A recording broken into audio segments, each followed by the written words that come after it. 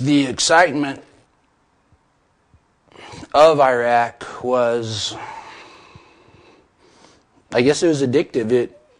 As I said, our new reality, it was pretty much all that we knew. After a certain amount of time, there's just, I don't know, it's hard to explain. Well, when I was still, embedded with my unit, with my team, still, living on a Army installation,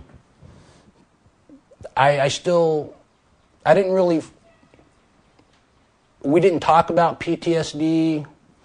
It never even really entered our minds that, any of us had it. And I came back here to America. And it's at that point that, I began to have culture shock. This was not what I was expecting at all. And I suppose that people around me started thinking, man, this guy's got PTSD. I did all the paperwork, became a card-carrying VA patient, whatnot, and during their evaluations, they told me what all of my family knew already. The first 5 minutes that I was home, that I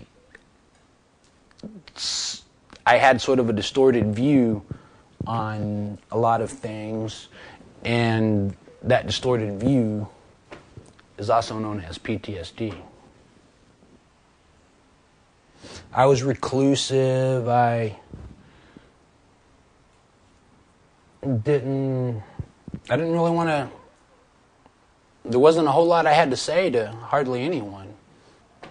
But my family knew that my heart and my mind were elsewhere. The first hospital was in North Little Rock, Arkansas. He was a good guy. My new doctor was. He was straightforward. I had a gut feeling that he was an honest man, and we worked well together. He ultimately prescribed me citalopram, which I still take to this day. It stabilized me very, very well. And for, 2 years or so, it was almost like day by day, I really was getting better. I wasn't worried about the things that I used to worry about. I became more comfortable with, my new civilian life, and I was getting better. Or I was doing very, very well until my new psychiatrist, the third one I've had now, because I moved and my new hospital is in Washington, D.C. My doctor, my psychiatrist, she brought up the fact that, she brought up something that I knew already because there's posters plastered all over the facility, the VA hospital, about smoking cessation programs.